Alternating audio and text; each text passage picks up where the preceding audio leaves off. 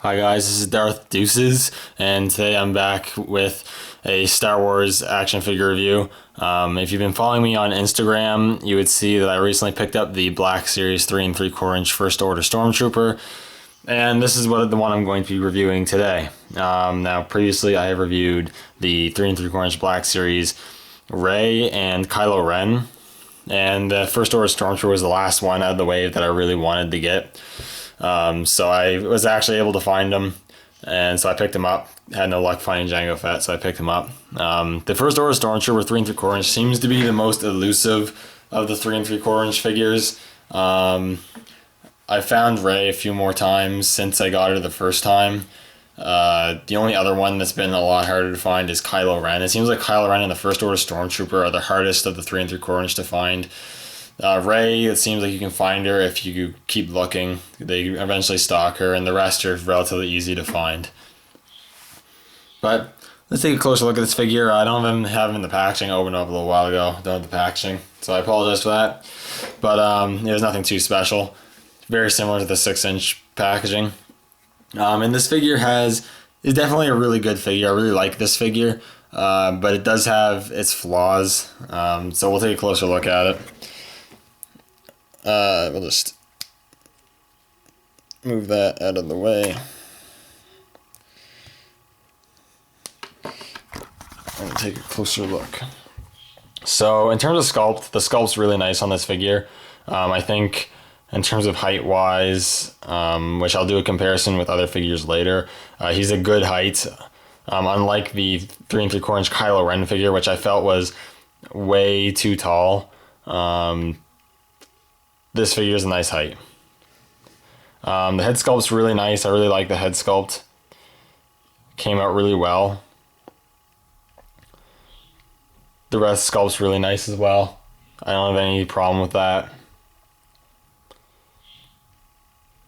You've got the, I don't even know if this is still a thermal detonator or not, but whatever the hell this is on the back there, which is cool. You got the belt with the multiple pouches, which is nice. And you got the boots. You got some nice sculpting details there. The knee pads are nicely sculpted. And everything's fairly nice sculpted. The undersuit underneath does have some sculpting details on there. It's hard to see, but it does, and it looks pretty nice. In terms of paint apps, this figure is really hit or miss. I definitely recommend, if you find more than one at the store, to definitely look through them and see which one has the best paint apps. Because there's only one there, I just picked up the one that was there. And this figure at some spots is great and other spots not. For example, the head sculpt and the paint apps on the head are pretty well done. The eyes, for the most part, are good. The mouthpiece is really nicely painted. All the lines, the silver there, and everything except for like this one little spot on the back of his head is really nicely painted. Same with the torso. That's really sharply painted. Same on the back there. It gets more sketchy when you get around to the legs and around the joints. There's a bit of white splash on the black bodysuit. Right here is really bad. There's a lot of black splash paint on the white armor, which is really annoying, and a lot of white bleeding onto the black around the hip area, which I really don't like.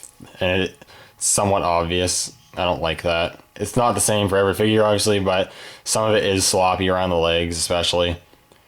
The rest of it's not bad, but sometimes you'll find the occasional speck of black paint on the white armor, which is a little annoying. When the quality control could be a bit better. And some spots on the figure is just really good, and others just aren't, and that's really all there is to it. And you're just gonna have to look through the figures on the pegs if there's more than one, and just see which one has the best paint apps. In terms of articulation, though, this figure is really good, though I also have an issue with the articulation, though it might just be only my figure, but we'll get to that in a minute. He does have a ball jointed head, which he doesn't really look up a whole lot, but he can look down a bit. And he has this side to side and the pivot. And it's a nice tight ball joint on the head. His ball hinged shoulders, and the shoulder armor actually goes into the torso armor, so you can get raised up to about a 90-degree angle, which is really nice. You got the rotation there. You have a ball jointed elbow, which is where one of the problems with articulation comes. It doesn't bend at a full 90-degree angle, just like the 6-inch figure. So holding the rifle with both hands is a pain. He can't hold it as well and as a more natural pose as that than I'd like, which is really annoying. I'm not gonna lie. He has nice hinges at the wrists though. I really like this. This one pivots forward and back, and then the other one pivots in and out. Then another big problem that I have with my figure is that he has a diaphragm joint, which is nice. He bends down quite a bit, not really much back and pivots, but mine is really loose. Like you can just kind of tell there. I'm just kind of barely flicking around, and it really moves around. I can show it really well like that, just doing that and just shaking the figure around. I really shouldn't really be able to do that, but the joint's just flopping around. It's really annoying. It might not be with every figure, but it is with mine. You have ball hinge at the hips, which are okay. They're fairly tight. Some of the pouches on the legs do hinder a bit of articulation. And if you want to kick it forward, you have to rotate and then push forward, which I don't like how they do that, but it's not the worst thing in the world. He has a ball joint at the knee, which doesn't bend at a full 90-degree angle, and ball hinges at the ankles, which do suffer from the non-matching paint, but it's not a big deal because all the other joints pretty much match. So articulation's good. It's just some of the hinges don't bend as much as I'd like, and my diaphragm joint on my figure is really loose. Now in terms of accessories, he comes with 2 accessories. One is the blaster rifle, which is really cool. It has some nice paint apps. You got the white and the black there. I think there's a little bit of silver on it on the side here, which is really cool. I really like that. He also comes with his pistol, which as you can see, you can actually peg both these weapons into his side of his hip, just like the 6-inch figure. That's really cool that they implemented that. It's not something I actually really expected, but they did do it, and that's really cool. And you got the pistol, which has the black and white paint apps, and you got the tab. As you saw it on the hip there. Figure holds the pistol really well in either hand, tightly, so that's really cool. And then, like I said, you can peg that on there if you wish, and have the rifle hanging off. I'll show you quickly what the rifle looks like in his hand. Like I said, he holds the rifle well too, but like I said, getting him holding it with both hands is a pain. He really can't hold it very naturally in both hands, at least in an aiming pose, and even getting it like that, he's not holding it fully down in his hand unless you fiddle with it. And then right now the weight of with having the arms out there, he wants to fall, his diaphragm joint wants to keep falling forward, but then we have it like that, and he does look really cool. I really do like this figure. I think it's good. The sculpt's really good. The paint can be a hit or miss. You're gonna have to be careful with that.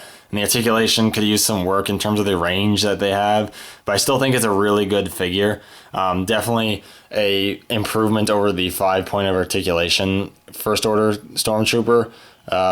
Again, one of the only other problems I have with 3 3/4-inch figures is that the price is getting pretty steep for a figure that's not very big. So you're gonna have to be wary of that. The prices are not great. They're way too high. Let's be honest here.